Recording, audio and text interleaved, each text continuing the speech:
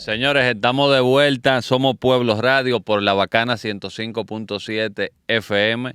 El día de hoy vamos a tratar un tema que es de suma importancia, aunque a veces no se le da la relevancia que este amerita.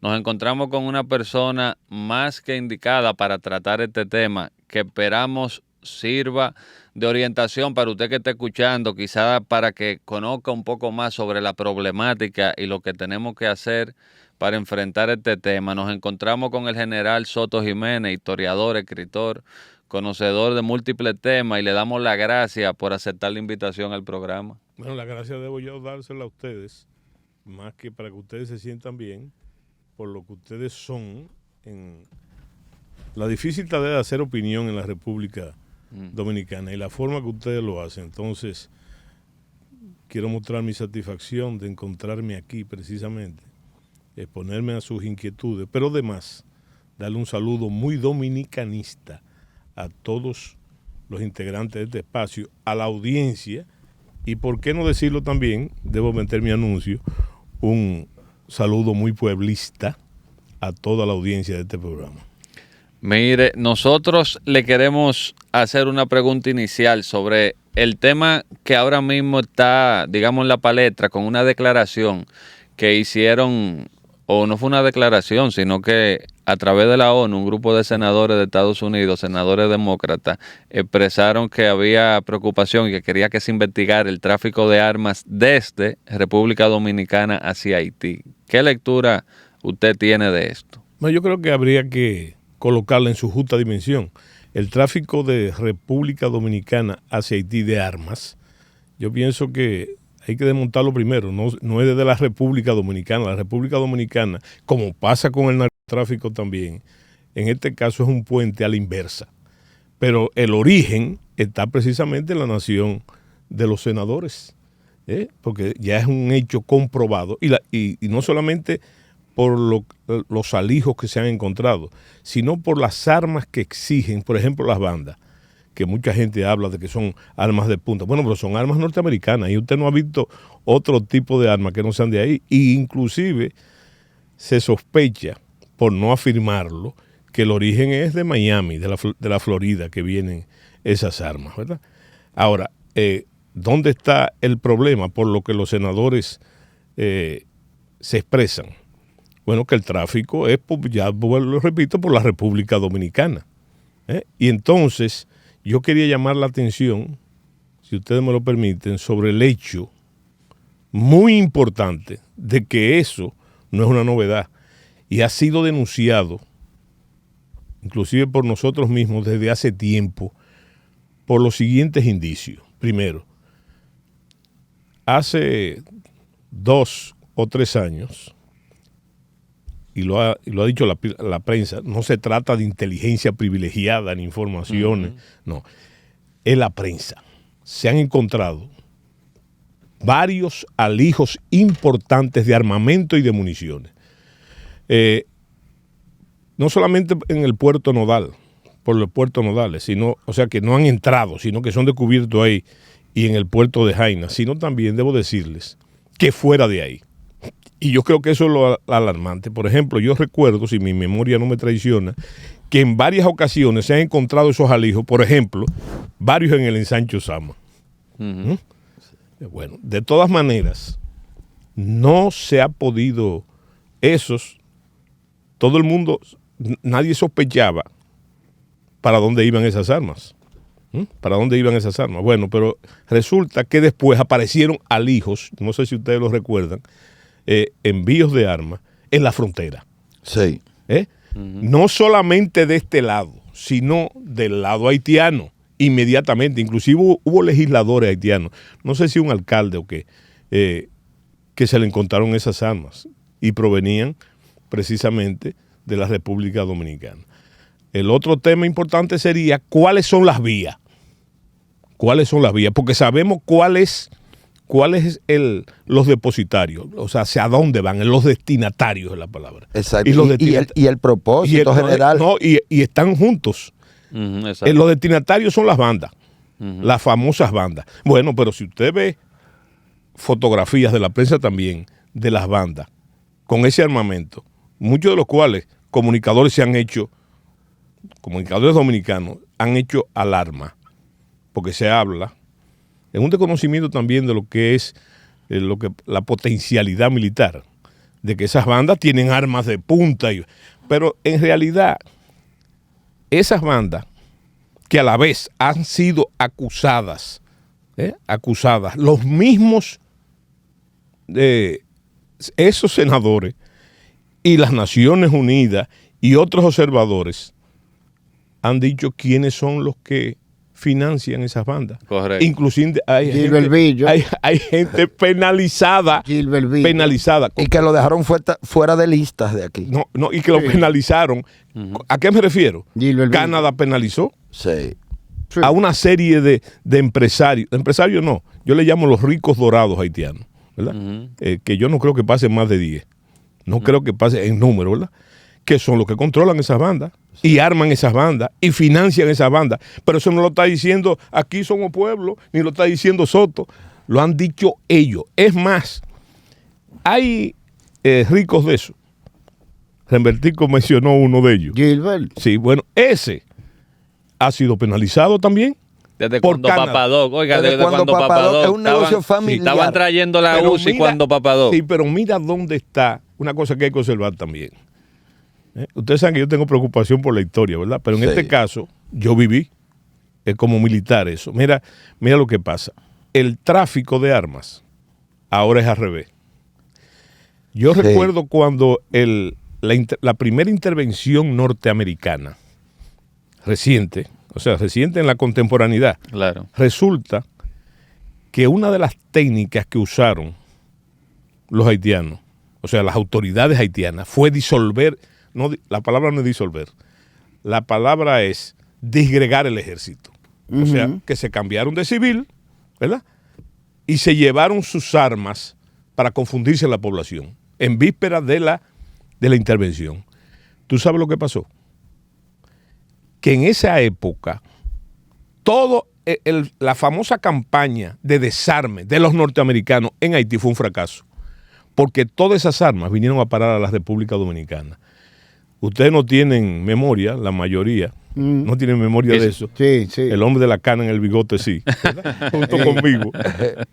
Sí tiene memoria de que en esa época los dominicanos podían comprar una UCI en 400 y 500 pesos. Sí, todo el armamento. Todo el armamento vino para acá. Ahora, y es un indicio que hay que tomar en cuenta, para desmontar aquello de la potencialidad militar de las bandas. Ahora resulta que es al revés. Pero ¿hasta qué grado ocurre eso? ¿Hasta qué grado ocurre eso? Porque fíjate, la intervención de los legisladores no es tampoco fortuita, No es fortuita. Eso denuncia también un fracaso parecido al anterior, porque el problema de ellos ahora es, a la luz de lo que está pasando hoy, no de lo que estaba pasando ayer, son las bandas. Las bandas. Esa es la preocupación fundamental. Ahora todo, si tú oyes los discursos, no solamente del gobierno, extrañamente no del gobierno haitiano, sino de los interlocutores, por ejemplo, el Guy Philippe. Eso le quería yo preguntar, porque ahora usted se acuerda que él tuvo un caso, estuvo preso en Estados Unidos, los repatriaron, él está en Haití y ahora está promoviendo la construcción del canal. No, pero claro. Y ese tema quizás. Pero claro, yo lo que te digo es que la potencialidad, inclusive el gobierno dominicano ha hablado de la amenaza de las bandas para los dominicanos. Usted se va a dar cuenta de que militarmente, algo que yo he dicho muchas veces, que la gente dice, pero bueno, acá, que yo he tenido que aclarar mucho. Yo dije que desde el punto de vista convencional, desde el punto de vista Haití, en este caso las bandas, y vuelvo y te lo he dicho porque lo ha dicho el gobierno dominicano, no representa una amenaza militar para la República Dominicana, militar, ¿verdad? Ahora pensar, y vuelvo y te repito, que Haití como está, en el estado disociativo que está, yo he dicho muchas veces que Haití no es un estado fallido, ni es un estado fuñido. En Haití no hay estado. Exacto. Los poderes fácticos, en este caso, son los que manejan, ¿verdad? Correcto. Y son realmente la amenaza. Ahora, ¿es una amenaza militar? No. Ahora, pensar que Haití, como está, en ese estado que está, y en las consecuencias que sufrimos nosotros, y que hemos sufrido históricamente por mucho tiempo, no es la más grave amenaza que ha tenido jamás, que se le ha plantado jamás al Estado Dominicano. Es una subestimación que podemos pagar muy caro, ¿verdad? De nuevo ahora, en la reversión, vamos a llamarle así, del problema, lo que está pasando es que de nuevo, y nosotros estamos prisioneros, en este caso, quizás por la falta de voluntad del Estado Dominicano, que no tiene una clara concepción de lo que debe ser la política frente a Haití, ¿verdad? Entonces, estamos siendo juguetes de nuevo del aspecto geopolítico y geoestratégico del juego. Y podría ser una declaración de intenciones precisamente el hecho de que personas como Billo, Sí. que han sido históricamente señalados y condenados Sí. por lo que en este caso el gobierno de Luis Abinader condena a su vez, pero no lo toca, se puede leer entre líneas como una declaración de intenciones que favorecería incluso otro lado. Sí, pero por demás, ahí entramos en otro aspecto, porque aquí estamos enfocados en el tema de las bandas y como el tema en radio puede circunscribirse demasiado al tiempo, me gustaría tocar la incidencia del narco con los candidatos definiendo la política dominicana, de la narcopolítica al narcoestado. ¿Cómo está la República Dominicana? Déjame decirte, eso nos lleva a la primera inquietud de ustedes. Porque fíjate, yo no sé si ustedes han oído, es muy frecuente, lo que son los caminos verdes en América Central y rumbo a los Estados Unidos. Esos caminos, siempre se habla de la migración ilegal, ¿verdad? Pero se omite que esos caminos verdes... En el mismo camino. Es el mismo camino del narcotráfico y es el mismo camino también del tráfico de armas. Contrabando. Es el mismo, lo que pasa al sur del Río Bravo, es lo mismo que pasa. Aquí se puede decir lo mismo. Yo pienso, ¿verdad? Y es más que una especulación, quizás por mi experiencia y por el conocimiento anterior, que las vías de tráfico, ¿verdad? Claro, tú señalas lo que es público, ¿verdad? En el caso del señor Billo. Pero no es simplemente Billo. No. Es una estructura. Es una estructura. Y en esa estructura, el camino expedito es el de los narcotraficantes. Usted puede estar seguro que las mismas rutas del narcotráfico son los que se utilizan para las armas. Bueno, lo utilizaron. Y los mismos contactos. Utilizaron los terroristas con los narcotraficantes mexicanos. Fíjate en un detalle, y su pregunta es interesante, porque aquellos que piensan extraer del problema el caso de narcotráfico, ¿verdad? Yo creo que ahí hay, como se diría, un compost, ¿verdad? Un compuesto conveniente, porque hay que tomar en cuenta también el narcotráfico, que no solamente es la causa primaria de eso, del hecho de Haití, de la situación de Haití. Señores, hay muchas otras, incluyendo la delincuencia de este lado, la delincuencia. Si usted ve que también yo creo que ahí hay un problema de objetividad, en el análisis, no en la denuncia, sino en el análisis. Mire, hay que tomar en consideración que el narcotráfico es una amenaza versátil. Fíjense el juego y lo que está pasando en la actualidad, con un hecho que también se le da de lado. Mire, el tráfico de drogas, yo dije ya que era versátil. O sea que si por ejemplo, la afluencia es la frontera dominico-haitiana, donde una vez dijo el general McCaffrey que por ahí pasaba el 35-40% de la droga que entraba a los Estados Unidos, por esa frontera. Es que se está obviando, general, que nosotros somos el cartel de la Hispaniola, es un trabajo conjunto. No, pero no solamente eso. Ahí volvemos a un caso geopolítico también. ¿Cuál es el caso geopolítico? Muchos autores han hablado del Caribe como frontera imperial, ¿verdad? Sí. El Caribe es frontera imperial. Y yo creo que eso hay que explicarlo un poquito. El Caribe, cuando se habla del Caribe insular, es esa cadena de islas que va desde la desembocadura del Orinoco hasta la Florida. Si usted lo ve en el mapa, usted va a ver que ese Caribe insular, y por eso lo han llamado frontera imperial. Para el imperio. No, para los imperios. No. Porque ahí en el Caribe insular, Europa aquí sí. se han debatido muchas veces la suerte de los imperios, desde los albores, ¿verdad? Entonces, fíjate un detalle, lo que no se puede perder de vista, que nosotros somos, la isla de Santo Domingo, somos el centro geográfico del Caribe insular. El centro geográfico del Caribe insular. Y por lo tanto somos el centro de esa frontera. Y sufrimos, y estamos condenados a sufrir, ¿verdad? Y en eso tiene que ver la voluntad política también. Estamos condenados a sufrir ese destino. El destino que es de la frontera. Porque en esa frontera dominico-haitiana convergen varias fronteras. Una frontera económica, ahí también hay una frontera cultural, sí, ¿verdad?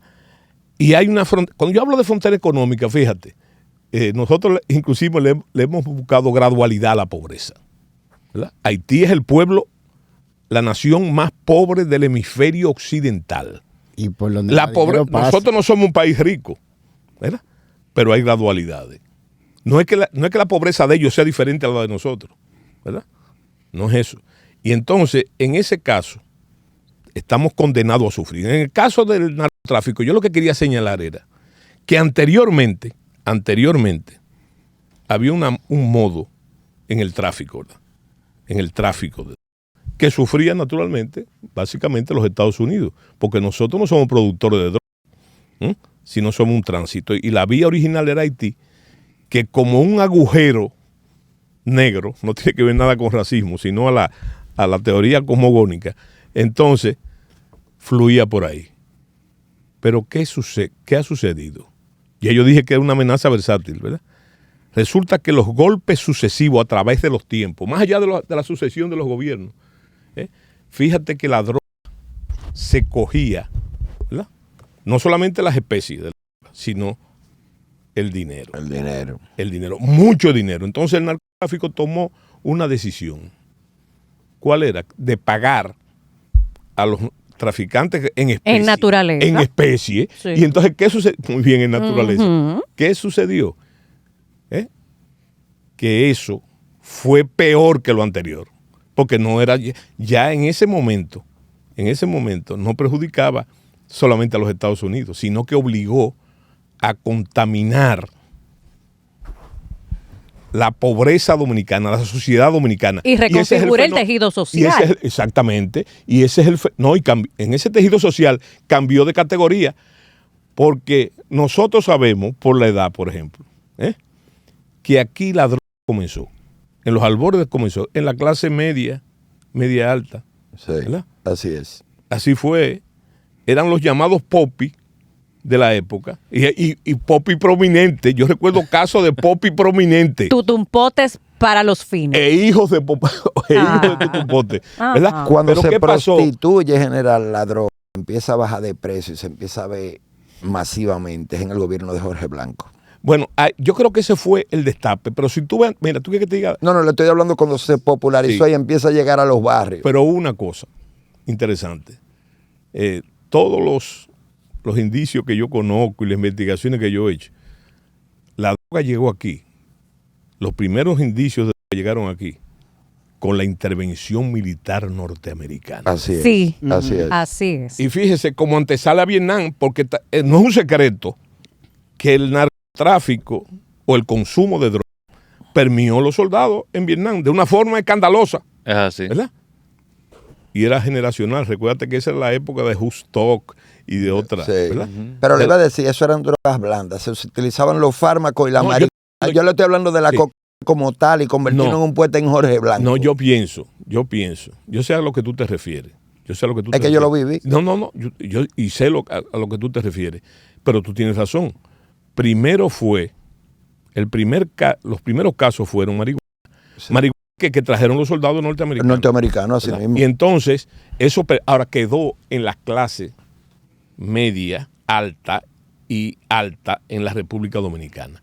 Lo que lo mete en los barrios, que es el problema que nosotros tenemos ahora mismo con los famosos puntos de droga, sí, es ese cambio que hicieron ellos de pagar en especie, porque si pagan en especie, ¿qué van? Hay que bajar el precio para salir de No, pero el microtráfico genera otros males sociales que derivan en la misma delincuencia. Que se refleja directamente en la delincuencia. Claro. En la delincuencia. Porque esa clase, es más, tú tienes razón también en un detalle.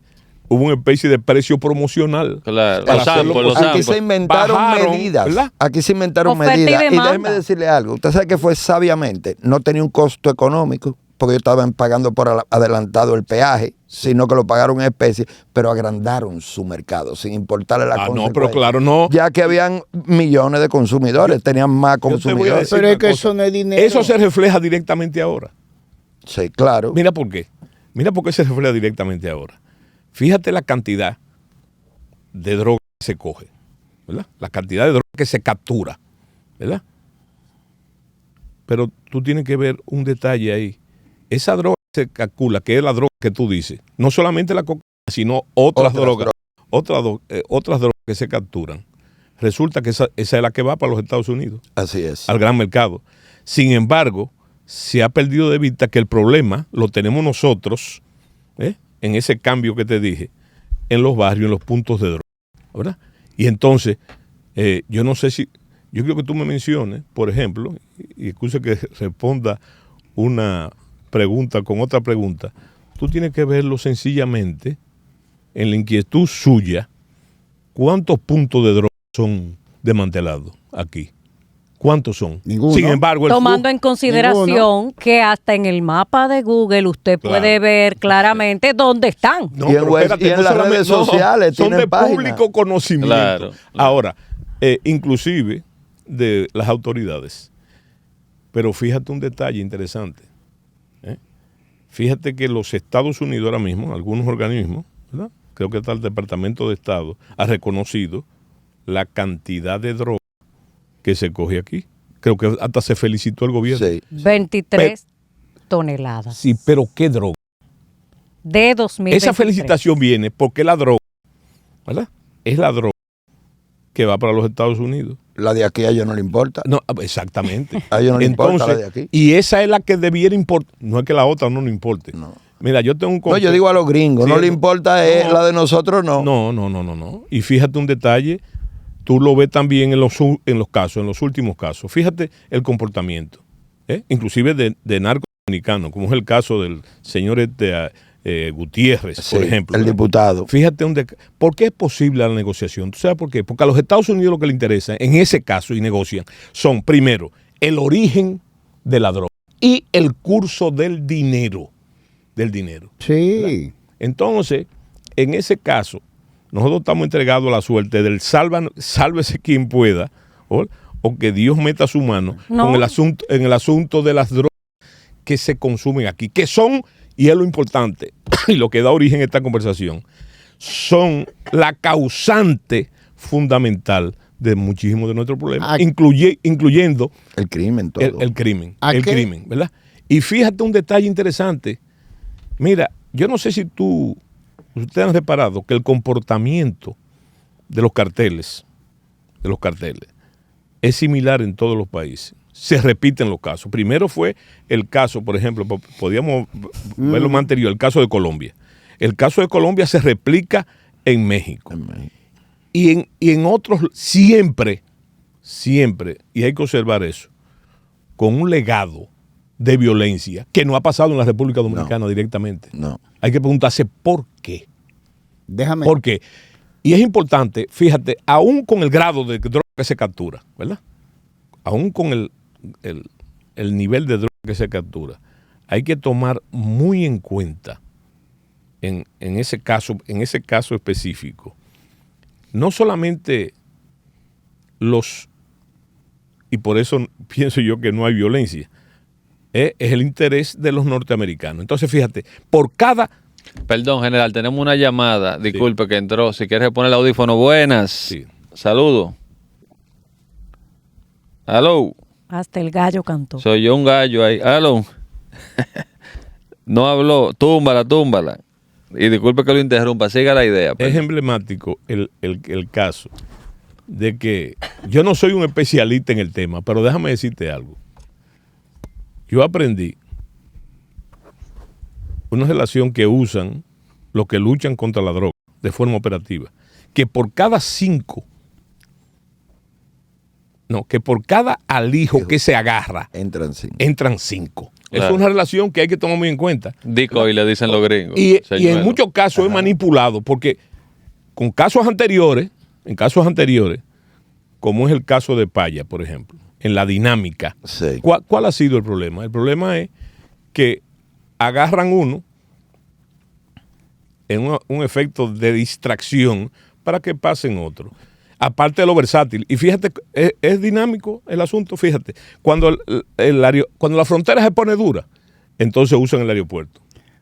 Cuando el aeropuerto se pone dura, vienen entonces los lanzamientos, los bombardeos. Cuando los bombardeos no, entonces vienen los famosos que afectan mucho el sur de la República, la costa sur de la República, los viajes en lancha. ¿Por qué no acaban de instalar los radares antidrogas? Gobierno tras gobierno, tras gobierno, tras gobierno. Déjame decirte, eso tiene su historia también, su historia militar. Oye, dale. Aquí nunca han existido verdaderos radares antidrogas. Los radares que se utilizaban y que se implementaron es lo que nosotros los militares llamamos los radares de vista lateral. ¿Cuáles son? Los que se usan en la infantería, ¿verdad? Son radares de vista lineal, etcétera. Pero recuerda también, y te recuerdo, que esos radares en un momento funcionaron, sobre todo en un tipo de amenaza, que eran las lanchas. La lancha. Y los aviones. Lo que también justificó el caso de los tucanos, que la gente no comprendió, ¿verdad? Porque los norteamericanos, ¿qué es lo que daban? Las trazas de los radares de ellos, sí. ¿Verdad? Que eran mucho más amplios que el de nosotros de vista lateral. Y entonces resulta que en ese caso se necesitaban interceptores, ¿verdad? Interceptores. ¿Y por qué ese tipo de avión tucano, que no es un avión de alto rendimiento ni de alta velocidad, pero siempre es superior a una embarcación? No, a una embarcación no, y a los aviones que se usan para el narcotráfico. Las avionetas y otro tipo de aviones que se usan en el narcotráfico. Y recuerden además también que hubo una época, creo yo que felizmente superada, que se usaban hasta las carreteras del este, sí, para aterrizar naves ahí, dejar la droga y seguir. Sí, hay muchos casos famosos. Sí, muchos casos famosos. Y también en gobierno, que sí, llegaron a cerrar 117 pistas clandestinas. Sí, pero óyeme, pistas clandestinas que no eran tan clandestinas. Te voy a explicar por qué. Porque en el caso que tú mencionas, y era obvio, durante el gobierno de Jorge Blanco, ¿verdad? Y eso no implica a Jorge Blanco, ¿verdad? No. Existía en el país una cosa que yo no sé, yo he perdido de vista realmente la pertinencia de eso, pero antes en las zonas arroceras sobre todo se fumigaba con las avionetas y había pistas para avionetas y esas pistas para avionetas en ocasiones fueron utilizadas en ese periodo para eso. Naturalmente, eso creó no solamente varios casos de intercepción y ahí vino la destrucción de las famosas pistas, que eran pistas, por eso te digo, no eran tan clandestinas, eran pistas de fumigación, de aviones de fumigación. Pero uno las veía por la Duarte Vieja cuando uno iba a Santiago, en la zona de San Francisco, uno veía la pista y veía los aviones fumigados. Y eso eran utilizados para ello. Y después fueron los bombardeos, los famosos bombardeos. Sí. Y la pesca de la droga. Hubo población en el sur que vivían de eso. No, y aquí hubo un caso famoso, el de Palmar de Ocoa. Claro. El cartel de Palmar de Ocoa. Y hay una población, creo que es Enriquillo, ¿verdad? Que ahí, y las autoridades se dieron cuenta de eso, porque la vida del pueblo cambió. La vida de los villorrios cambió de repente. ¿Por qué? Porque ya los pecadores salían a pecar, pero no pecado. Exacto. Pero también el tema de lo que se va alimentando con el microtráfico, que trasciende e impacta hasta el punto de la delincuencia y la criminalidad. ¿Qué opina usted en ese contexto que tenemos en las manos de las intenciones del gobierno en su primer año de gestión de desarmar la población? No, eso yo siempre me opuse a eso públicamente. Me opuse. Quiere decir que vamos a desarmar la población. Claro. No. Vamos a desarmar la población mientras los delincuentes tienen armas, pero no solamente armas comunes, estamos hablando de fusiles y de armas automáticas. Aquí se ven AK-74. Correcto, que aquí están prohibidas para el uso civil, la automática. Y armas muy norteamericanas. Bueno, la ley o la reglamentación, sobre todo creo que la ley 36 o la ley 40, tú debes saber. Óyeme, hay armas cortas que están prohibidas para los civiles. Una barbaridad. 45. Por el calibre. 45. Y otras. 45 y 40. Sí. Y los peines 30 y eso que le meten también. No, todo. Ahora, muy bien, el asunto del tráfico de armas, yo creo que es una de las graves preocupaciones de los Estados Unidos, pero no solamente no por el narcotráfico,